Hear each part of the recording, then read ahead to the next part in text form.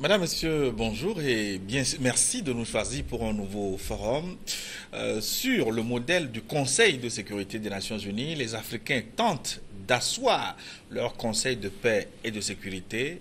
À quoi sert-il effectivement? Conseil de paix et de sécurité de l'Union africaine, rôle, contraintes et perspectives.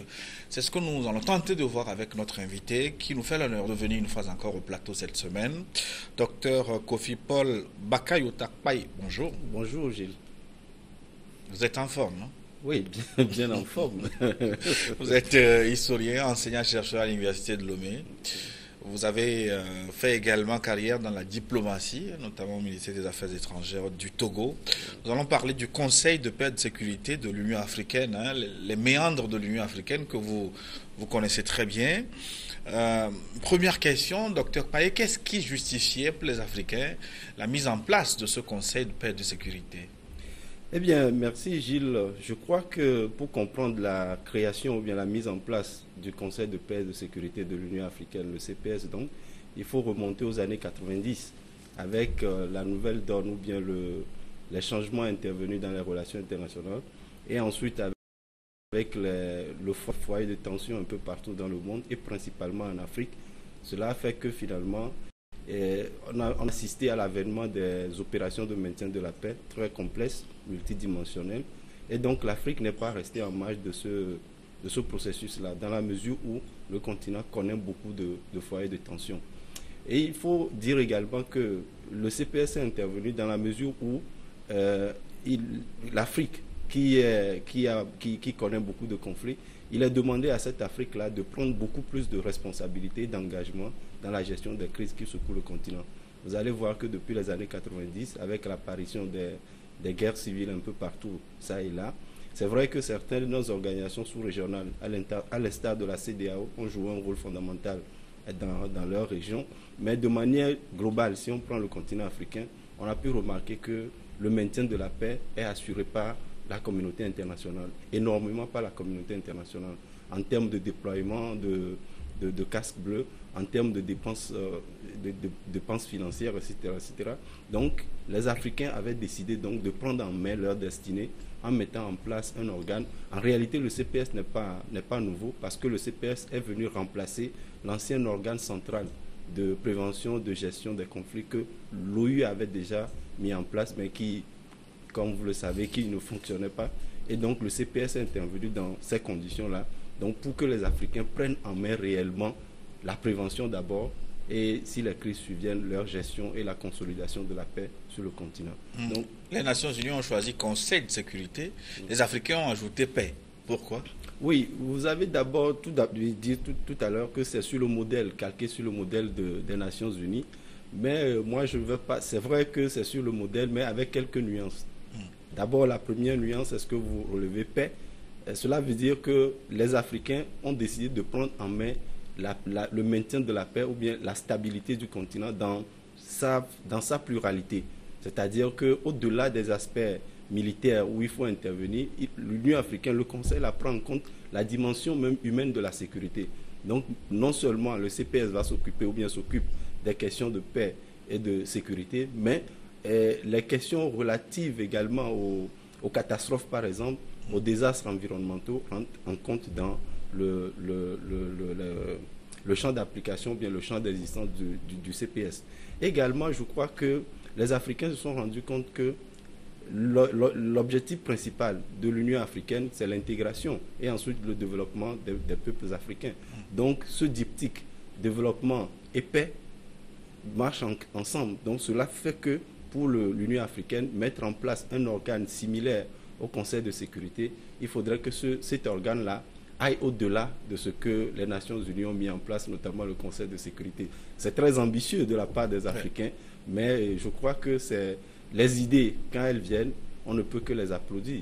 Maintenant, le nécessaire, c'est de voir comment il faut mettre en pratique réellement ces bonnes intentions des dirigeants africains. Et vous l'avez souligné, le mot paix, ça peut traduire aussi la volonté pour les Africains de mettre beaucoup plus l'accent sur la prévention des conflits. Oui. Vous savez, la prévention des conflits, c'est la meilleure façon de maintenir la paix. Parce que la prévention est moins chère, moins coûteuse que la gestion même des conflits. Parce que quand les conflits naissent, d'abord, les conséquences humaines, économiques et autres que cela engendre sont incalculables. Les dépenses qu'il faut engager pour enrayer ces situations de conflit, c'est des dépenses vraiment colossales. C'est pourquoi de plus en plus, depuis même le secrétaire général des Nations Unies, depuis le temps de Kofi Annan, l'accent a été mis sur la prévention des conflits. Mais le problème est que dans cette prévention des conflits, il y a un mécanisme ou bien un élément qui est très important, c'est l'alerte précoce. Alors, quand l'alerte est lancée, c'est la réponse à cette alerte-là qui fait défaut. Cela veut dire que sur le continent africain, on a pu constater que quand on sent qu'une situation peut dégénérer et qu'on envoie les émissaires, qu'on met en branle tout le mécanisme sur l'alerte précoce ou bien sur la prévention, la volonté ou bien les intérêts des uns et des autres, les intérêts des acteurs concernés par ces crises font que finalement la prévention échappe à ces organisations internationales et ici en l'occurrence à l'Union africaine. Est-ce que le Conseil de sécurité de l'ONU n'est pas suffisant pour faire, on va dire entre guillemets, le job? Pourquoi les Africains ont senti la nécessité de créer leur propre structure? Parce qu'il est possible aussi que nos pays versent dans le panier de l'ONU leur force et leur engagement pour maintenir la paix dans le monde. Pourquoi vouloir créer sa propre structure? Oui, d'abord, ce que je voudrais faire ressortir, c'est que le CPS travaille en collaboration avec les Nations Unies. Vous n'êtes pas sans savoir que, selon la Charte des Nations Unies, je crois, les articles 7 et 8, font la promotion de ce qu'on appelle les arrangements entre les différentes, entre l'ONU et les communautés économiques régionales pour assurer la sécurité collective, c'est-à-dire pour assurer la paix dans le monde. Donc le CPS en réalité n'est pas autonome vis-à-vis de... C'est vrai que le CPS a une autonomie, mais le CPS a de fortes relations avec les Nations Unies, dans la mesure où si le CPS doit déployer des contingents militaires africains sur un théâtre de conflit, il doit avoir l'aval du Conseil de sécurité. Ça, c'est un. Ensuite, si les Africains ont décidé de créer leur propre mécanisme, moi je pense que c'est louable. Parce que l'Union africaine est une organisation continentale. Et je l'ai dit tout à l'heure, qui poursuit les buts d'intégration, de développement économique et social. Sans paix, sans sécurité, sans stabilité, on ne peut pas avoir un développement économique prospère. Donc cela fait que les Africains, et puis comme il est demandé aux Africains de s'engager davantage, de prendre en main leur propre destinée, je pense que l'Union africaine, en tant qu'une organisation continentale qui poursuit les objectifs de développement et d'intégration, a besoin de la stabilité, de la paix sur le continent pour pouvoir atteindre cet objectif-là. Et pour le faire, il fallait que l'UA se dote réellement d'un organe puissant, d'un organe capable de gérer cette sécurité sur le continent. C'est une bonne chose. C'est vrai que tous les États africains font partie de la communauté internationale, donc font partie des Nations Unies. Le Conseil de sécurité est là. Mais avant que le Conseil de sécurité ne déploie ou bien ne s'intéresse à une question africaine, il faut d'abord que les Africains eux-mêmes commencent à faire le job. Et ensuite, le Conseil de sécurité, l'appui du Conseil de sécurité ne serait qu'un plus, en tout cas avec plus d'efficacité de l'action des Africains eux-mêmes. Donc moi je trouve que c'est pas un doublon comme certains le pensent, mais c'est d'abord une volonté politique, un engagement des Africains à prendre en main leur propre sécurité. On va finir avec l'analyse comparative entre CPS et Conseil de sécurité des Nations Unies. Dans le fonctionnement du Conseil de sécurité, par exemple, il y a une disposition majeure qui permet, à mon avis, de contourner les hypocrisies. C'est le droit de veto. Oui. Quand ça ne plaît pas à une grande puissance, oui, elle dit non, oui, et puis on s'arrête là. Oui. Mais au niveau du CPS, du Conseil de paix de sécurité de l'Union africaine, oui, tous les pays se valent. Un oui, pays, une voix. Oui. Est-ce que c'est pas... Oui, c'est là la nouveauté au niveau des Africains ou bien au niveau de l'Union africaine par rapport à l'ONU. Parce que les 15 États membres du Conseil de sécurité et du CPS ont les mêmes droits, les mêmes devoirs. Donc ici, il n'y a pas de droit de veto. Et cet esprit ne s'explique pas le fait que lors de la création du CPS, pour les Africains, il faut défendre certaines valeurs et certains principes. Ce sont les principes d'équité, les principes d'égalité, les principes de solidarité, les principes d'entente. Donc pour les États africains ou bien les États membres de l'Union africaine, il n'est pas question, ou bien il n'est pas souhaitable qu'une puissance ou bien que certaines puissances se démarquent de certains États, des autres États pour affirmer leur suprématie sur cet organe-là. Parce que cela pourrait créer certains problèmes que nous rencontrons avec le Conseil de sécurité de l'ONU entre les États-Unis d'Amérique, par exemple, et la Russie. Donc pour les Africains, c'est une organisation, ou bien l'Union africaine est une organisation d'intégration. Et qui parle d'intégration prône ces valeurs que je viens d'énumérer tout à l'heure. Donc pour les États membres ou bien les États africains, il ne faut pas mettre en place un organe qui peut-être à l'avenir ou bien dans une situation donnée servir les intérêts d'un pays au détriment d'un autre ou bien des autres pays. Donc c'est pour cela que le droit de veto n'existe pas, tous les États sont égaux, etc. Mais de la même manière, est-ce que ce n'est pas gênant qu'on mette sur un même pied, c'est un exemple que je donne, oui, un pays comme les Comores, avec l'Afrique du Sud, géographiquement, politiquement et diplomatiquement, on connaît sa puissance, oui, même un pays qui est doté de l'arme nucléaire, est-ce qu'on peut, sur une table, mettre sur le même pied ces deux pays? Est-ce que ce n'est pas de l'hypocrisie simplement? Oui, et ce que je viens d'évoquer tout à l'heure, les valeurs d'équité, d'équilibre, etc. Oui, c'est intéressant à écouter sur papier, oui, ce sont des dans la pratique, dans la réelle politique.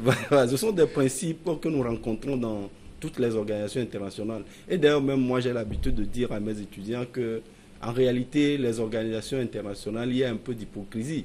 Parce que quand vous prenez les textes fondateurs de ces organisations internationales, on parle d'un État, une voix, on parle d'égalité entre les États.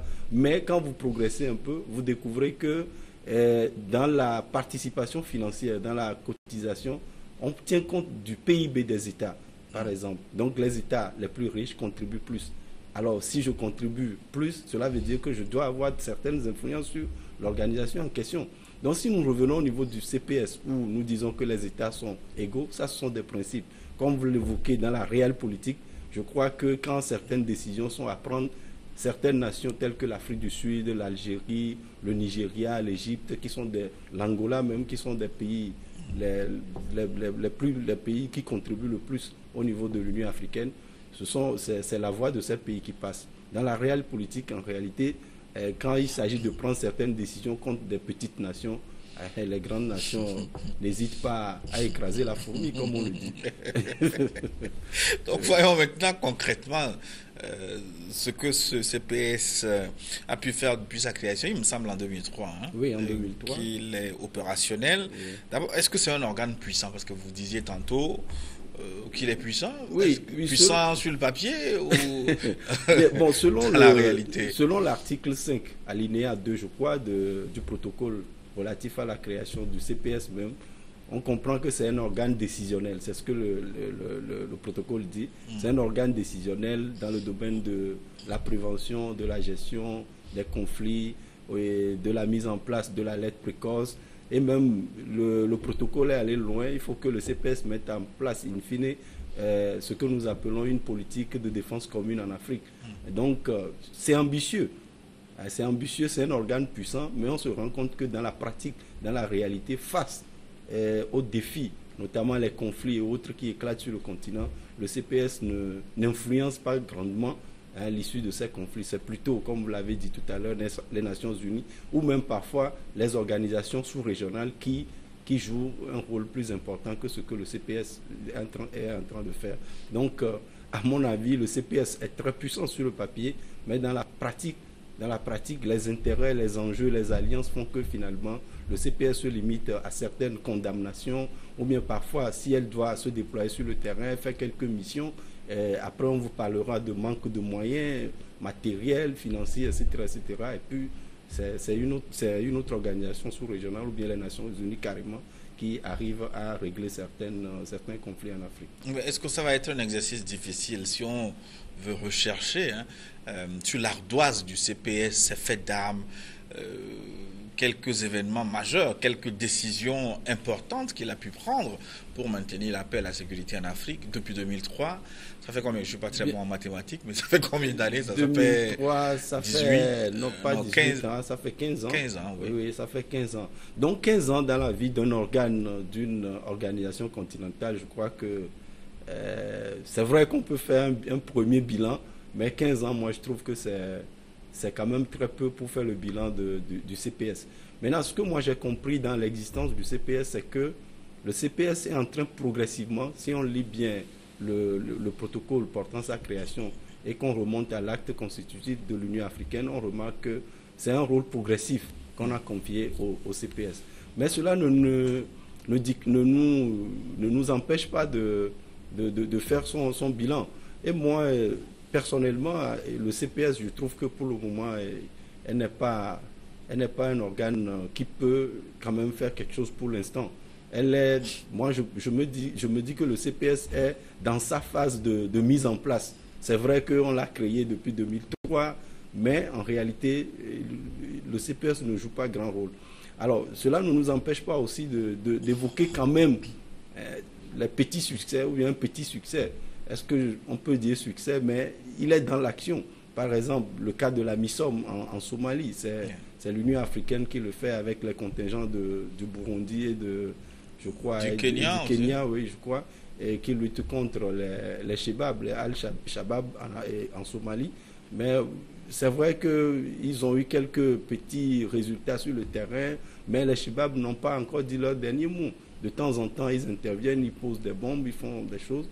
Et le CPS a également participé à une mission mixte entre les Nations Unies et l'Union africaine au Darfour. Bon, ces petites avancées ne font pas du CPS un organe aussi consistant que ça, un organe qui réalise des progrès en termes de maintien de la paix. Mais que le CPS existe depuis 2003 et que dans la crise malienne, voilà, que la France soit obligée d'intervenir sur le terrain pour arrêter la progression des djihadistes, est-ce que quelque part... Oui, c'est pourquoi je disais tout à l'heure que en réalité le CPS, à mon avis, que les gens me le permettent, n'est pas encore opérationnel. Hein? Ce n'est pas opérationnel parce que depuis 2003 jusqu'à nos jours, on a vu qu'il y a eu plusieurs crises. Le cas du Mali où c'est la France et ensuite ce sont les Nations Unies qui ont déployé une mission de maintien de la paix et même il y a une force régionale qui vient d'être constituée, le G5 Sahel. Et également, si nous prenons la crise au Burundi, l'Union africaine, le CPS a envoyé des missions, Ismaël Chergui est allé, mais quand même, l'Union africaine n'a rien résolu. Donc pour dire qu'en réalité, le CPS existe sur le papier, je crois que peut-être à l'avenir, il appartiendra aux dirigeants africains de voir l'immobilisme dans lequel se trouve ce CPS-là et de voir qu'est-ce qu'il faut faire concrètement pour améliorer ses moyens d'intervention ou bien pour améliorer son efficacité dans l'objectif qu'on lui assigne, notamment le maintien de la paix et la sécurité en Afrique. Mais on peut laisser de côté l'intervention sur le terrain parce qu'on dira qu'il n'y a pas de moyens, il faut du matériel, il faut un financement. Mais pourquoi le CPS ne peut pas taper du poing sur la table pour prévenir ou résoudre certains conflits? Taper le poing sur la table, ça ne coûte rien apparemment. Oui, mais il faut le faire aussi selon certains principes juridiques. D'abord, vous n'êtes pas sans savoir que c'est vrai que les États africains sont membres de l'Union africaine, ils prônent l'intégration, etc. Mais il faut quand même reconnaître à ces États leur souveraineté. Donc ça aussi, c'est une limite pour le CPS. Même si sa création consacre le principe de l'indifférence au profit du devoir d'ingérence. Je crois que pour l'instant, le CPS souffre de certains problèmes juridiques. Je donne un exemple. Au niveau continental, il existe un protocole sur la bonne gouvernance, la démocratie, etc. etc. Mais ce protocole-là n'a été ratifié que par 2 ou 3 États. Or, pour que ce protocole entre en jeu réellement, il faut au moins 15 signatures. Vous voyez, donc, les États n'ont pas ratifié le protocole. Quand on constate qu'il y a des insuffisances démocratiques dans un pays, mais le protocole-là ne pourra rien faire. Je donne un exemple aussi. Vous n'êtes pas sans savoir que le Togo avait organisé le sommet sur la sécurité maritime, donc le protocole aussi est en souffrance là. Voilà, la charte a été adoptée et une trentaine de pays africains avaient signé la charte à Lomé, mais jusqu'à l'année dernière, je crois que c'est le Togo seul le Togo est le seul État qui l'a ratifié. Bon? Oui, je sais pas si depuis mon départ du ministère jusqu'alors, certains États l'ont ratifié, mais le Togo était le seul État à l'avoir ratifié. Donc il y a beaucoup de tests comme ça qui sont en souffrance, qui ne sont pas ratifiés. Oui, mais pourquoi? Si on peut ouvrir une parenthèse pour en parler. Oui, je crois que parfois ça dépend de la volonté, le manque de volonté politique et certains intérêts de certains États. Si je prends le cas de la charte africaine sur la sécurité maritime et le développement, certains États ne sont pas contents que ce soit le Togo qui ait organisé cette conférence et proposé une charte à la signature du reste du continent, parce que ces États-là se considèrent comme étant plus avancés sur la question que le Togo, mais le Togo les a devancés pour organiser cette conférence et proposer. Mais est-ce que le Togo a une prime spéciale en organisant ce sommet? Est-ce qu'il ne faut pas voir simplement les objectifs à atteindre? Voilà, pour le Togo, c'est la protection de nos mers, de nos océans. Oui, mais pour tout le continent. Donc le bénéfice est à tout le monde. À tout le monde. Mais les gens ne perçoivent pas cela comme ça parce que en diplomatie également, le rayonnement diplomatique joue un rôle important. Certains États voudraient plutôt être sur cette question et bénéficier de certains avantages. Ouais, donc ça fait que finalement, l'Union africaine, à travers ces organes-là, demeure moribonde. Oui. Vous parlez de tests, mais parfois, on n'a pas besoin de tests pour donner de la voix. Je prends l'exemple du conflit libyen, où le Conseil de sécurité, par des entourloupettes, a fait des dégâts là-bas, à Tripoli. Mais en ce temps-là, pourquoi le Conseil de paix et de sécurité de l'Union africaine n'a pas pris à bras-le-corps ce problème? Oui, Gilles, rien que sur le plan diplomatique. Oui, vous n'êtes pas sans savoir. Est-ce qu'il manque de personnel? Oui, parfois, les Africains sont confrontés aussi à des injonctions internationales de la part de leurs anciennes puissances coloniales. Ça, on ne peut pas le nier. Dans la crise libyenne, vous n'êtes pas sans savoir, je me rappelle bien que sous l'impulsion du président sud-africain d'alors, je crois que c'était au temps de Jacob Zuma. Et avec certains dirigeants, ils avaient même affrété un avion spécial pour aller parler avec Kadhafi, mais la France leur a intimé lors de ne pas y aller. Ah bon? Ah oui, oui, je me rappelle très bien. Les présidents africains étaient obligés de faire demi-tour. Ils n'ont pas pu aller parler à Kadhafi parce que le sort de Kadhafi était déjà scellé par ceux qui devaient intervenir en Libye. Donc vous voyez que ces contraintes aussi, ces contraintes diplomatico-stratégiques jouent beaucoup sur le continent africain. Et moi je dis que en réalité, si ces contraintes pèsent, c'est dû aux Africains eux-mêmes. Si vraiment les dirigeants africains peuvent se montrer un peu plus coriaces devant ces anciennes puissances coloniales en prenant leurs responsabilités dans la gestion de leur pays, certaines situations ne nous arriveraient pas, à mon avis. Est-ce que le CPS lui-même ne manque pas de promotion sur le terrain, de lobby pour faire ratifier les tests dont vous avez parlé tantôt? Oui, généralement. Pour s'imposer, est-ce qu'ils ont suffisamment du personnel pour faire ils le font parce que certains États parfois organisent ces missions en collaboration avec l'Union africaine pour sensibiliser les États membres à ratifier rapidement ces tests-là. Mais si les États rechignent à ratifier ces tests, c'est parce que quelque part, il y a un manque de volonté politique. Alors, si le CPS est faible, est-ce que ce n'est pas parce que l'Union africaine elle-même, elle est faible, elle a quelques difficultés à décoller? C'est normal. Le CPS étant un organe de l'Union africaine, quand l'Union africaine elle-même a des problèmes, on ne peut pas, rapidement le lien est fait.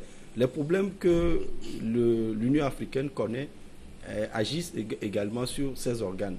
Alors quand nous prenons le cas du CPS, le maintien de la paix ou bien le budget qui est affecté au maintien de la paix, la grande partie de ce budget-là vient de l'extérieur, de l'Union européenne, des États-Unis et d'autres organisations internationales, des ONG et autres. Donc financièrement, l'Union africaine est encore dépendante, Donc tout ceci joue Même sur si le siège de l'Union africaine le siège est même, construit par la Chine. par la Chine, gracieusement. Je crois qu'il faut ajouter ça, gracieusement offert à l'Afrique. Oui, mais Donc, ça docteur fait que- Paye, Oui. comment vous comprenez ça en tant qu'historien, en tant qu'enseignant-chercheur, vous parlez à des étudiants? Oui. Quand vos étudiants vous demandent comment se fait-il que l'Afrique, ça fait 54 pays aujourd'hui, Oui. ils ne sont pas en mesure de construire le siège. Oui. Est-ce que ce n'est pas un instrument de souveraineté Oui, oui, moi, chez soi? Oui, Pourquoi? moi, le siège là, moi, je l'appelle le siège de la honte. Oui, c'est le siège de la honte. Comme vous le dites, comment 55 États membres de l'Union, puisque le Maroc a rejoint l'Union africaine, donc comment 55 États ne peuvent pas se mettre ensemble pour construire ne serait-ce qu'un siège, alors qu'on sait que les individus construisent des bâtiments de 10, 15, 20 étages en Afrique ici. Comment les Africains, les États africains ne peuvent pas construire ce siège-là? Donc c'est une honte. Les chefs d'État viennent organiser le sommet dedans et tout ça là, moi je crois que c'est pas normal qu'on soit dans cette situation. C'est pourquoi je dis que c'est un manque de volonté politique. Alors, si on compare l'Union africaine avec les organisations sous-régionales, on se rend compte que dans les organisations sous-régionales, ça marche. Prenons le cas de la CEDEAO, Ouais. ça marche. C'est vrai qu'il y a des problèmes au niveau de la CEDEAO, mais ça marche. La CEDEAO même vient de donner une leçon à l'Union africaine. Par exemple, au niveau des cotisations, vous avez remarqué que l'Union africaine vient d'adopter une résolution pour prélever 2% sur les exportations, etc. etc. Oui, ce que la CEDEAO avait déjà fait ça. Donc c'est pourquoi je dis qu'au niveau de l'Union africaine, je ne sais pas si c'est parce que le nombre est grand que les États manquent de volonté pour aller loin.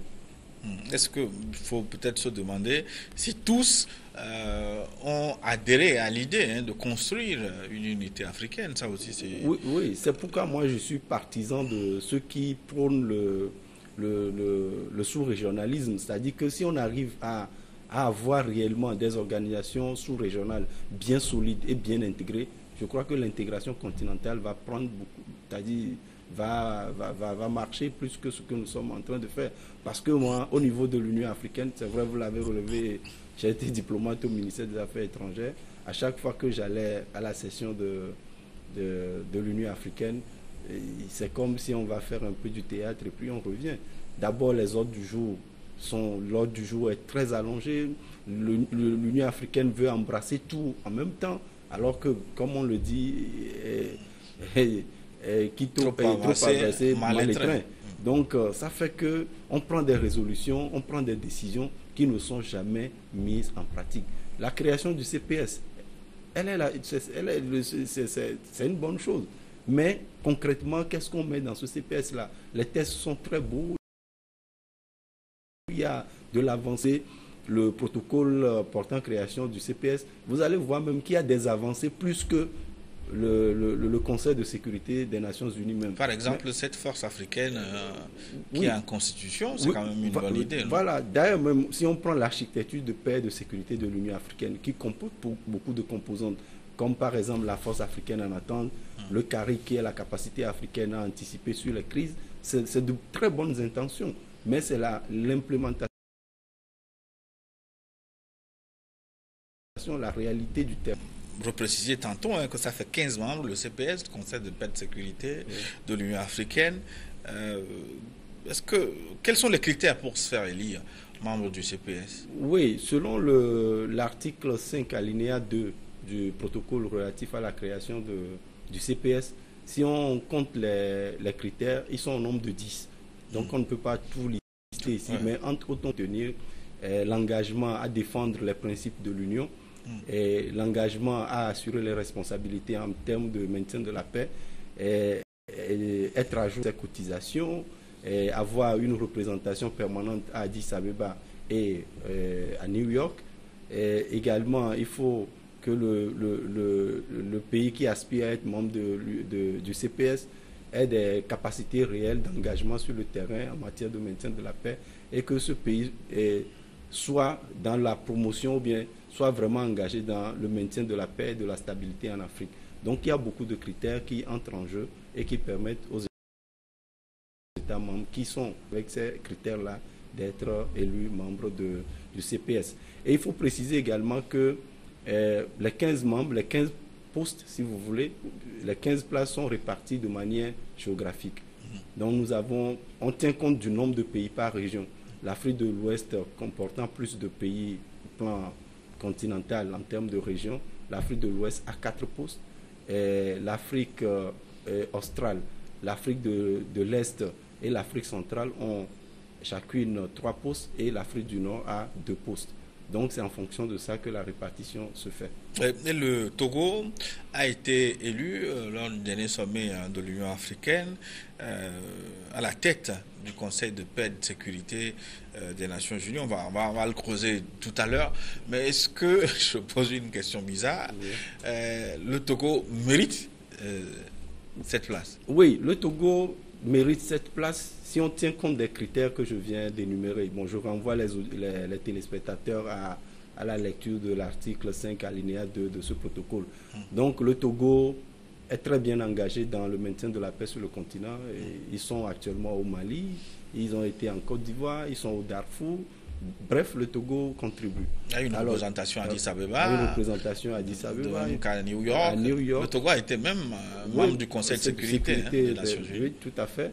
Donc, vous voyez que le Togo mérite réellement d'être membre du CPS. Alors, la présidence du Conseil ne devrait-il pas être l'apanage des poids lourds des grandes puissances de l'Afrique? Vous avez parlé de l'Afrique du Sud, du Nigeria, l'Égypte, le Maroc. Oui, oui, je voudrais rappeler aussi, tout à l'heure je l'ai dit, que le CPS a été créé sur des principes d'équité, d'égalité, de solidarité. Donc cela a fait que il n'y a pas de... Et puis d'abord il faut rappeler que les 15 membres là, il y a 3 qui sont élus pour 3 ans, et 5 qui sont élus pour 3 ans. Et 10 qui sont élus pour 2 ans. Et donc cela fait que la présidence du CPS est tournante. Donc la présidence du CPS est tournante mensuellement. Donc confier cette présidence à un pays qui pèse, ce serait en contradiction des principes et valeurs que je viens d'énumérer. Donc on laisse l'occasion à chaque État membre de l'Union africaine, au nom de l'intégration, au nom de la solidarité continentale, de présider aux destinées du continent dans le domaine de la paix, de la sécurité, entre autres. Alors, que peut faire le Togo? Je pose la question parce que vous connaissez un peu les moyens de la diplomatie. Que peut faire le Togo pour redynamiser ou dynamiser le Conseil de paix et de sécurité de l'Union africaine? Oui, d'abord, je tiens à rappeler que c'est la 2e fois que le Togo est élu membre du CPS. Il avait été élu pour la période 2016-2017 et les tests du CPS disent que les États membres du CPS sont rééligibles.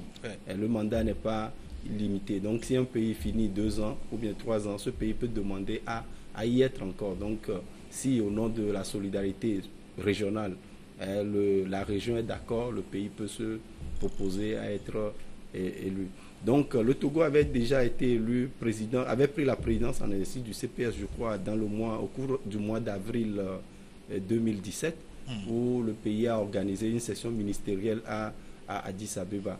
Et cette session ministérielle a tourné autour des questions liées à la sécurité maritime, qui était la question fondamentale pour la diplomatie togolaise à l'époque. Donc aujourd'hui, si le Togo revient à la tête du CPS pour ce mois de juillet, je crois que le Togo a d'arguments solides à faire valoir. Je viens de citer certaines composantes de l'architecture africaine de paix et de sécurité, notamment la force africaine en attente, le CARI, qui sont des mécanismes qui dorment. C'est vrai que le processus est enclenché, mais jusqu'à présent, la force africaine en attente n'est pas tellement opérationnelle. Donc je pense que le Togo peut anticiper sur ces débats-là pour voir qu'est-ce qu'il faut faire concrètement pour faire progresser ces mécanismes régionaux-là. Également, le Togo peut profiter de la présidence en exercice de la CEDEAO.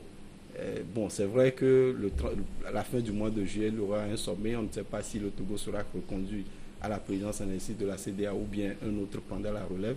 Mais comme nous sommes dans ce mois de juillet, le Togo est très engagé sur la situation en Guinée-Bissau. Le Togo peut, en étant membre du CPS, influencer les débats, mettre sa préoccupation et les préoccupations continentales sur ces crises-là et ces mécanismes-là pour voir comment il faut il faut booster les choses. Alors, est-ce que être membre du Conseil, est-ce que ça donne certains droits, certains avantages Oui, comme on le dit, nous sommes en diplomatie. Donc, être membre du CPS, un organe, disons, sur papier,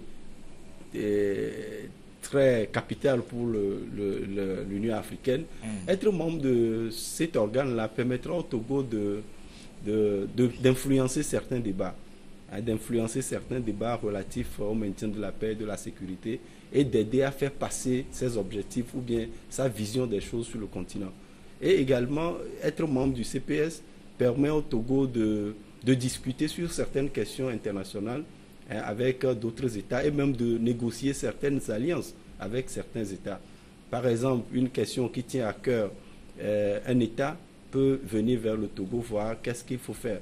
Je donne concrètement l'exemple de la question du Sahara occidental, par exemple. Comme le Togo est au CPS, vous allez voir que le Togo ayant des relations très solides avec le Maroc va vouloir venir vers le Togo pour voir concrètement qu'est-ce qu'il faut faire de cette crise et aider le Maroc à avoir gain de cause, par exemple. Et donc, cette situation permet au Togo également, s'il peut le faire, de marchander à cette position-là, de demander certaines choses, soit à l'Union africaine ou bien ailleurs même, parce que le Maroc est membre des Nations Unies. Le Togo peut, en échange d'aider le Maroc sur cette question-là, avoir des avantages ailleurs également. Donc, être membre du CPS permet au pays de se mettre en relief, permet à un pays d'avoir une position diplomatique très importante parce que cette position permet au pays en question, qui est membre du CPS, d'influencer surtout les débats.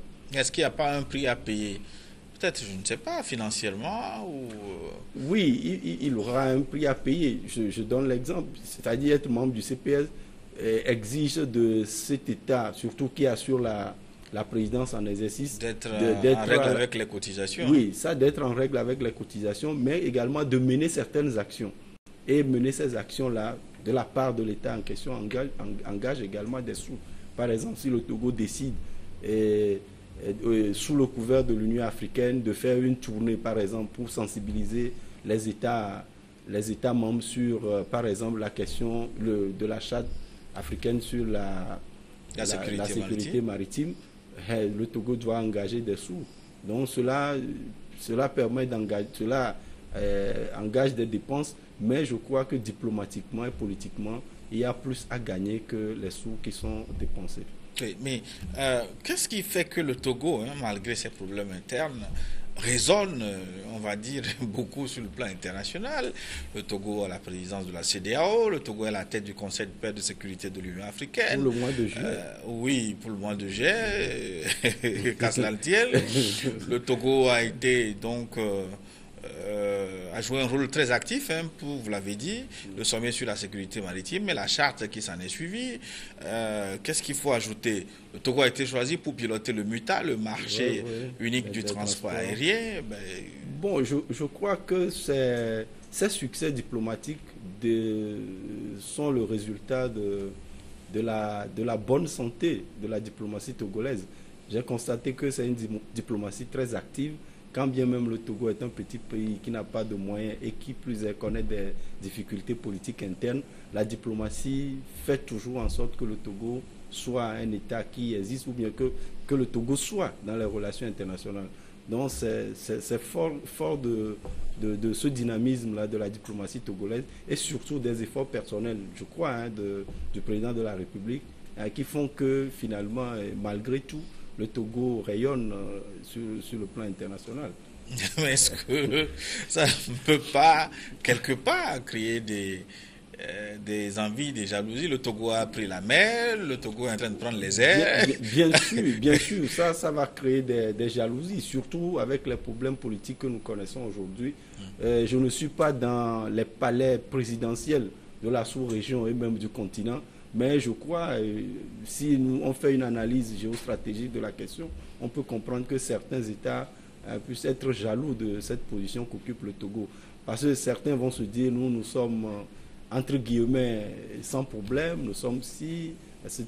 Mais c'est ce pays-là qui connaît assez de difficultés, qui est à la pointe sur des questions internationales.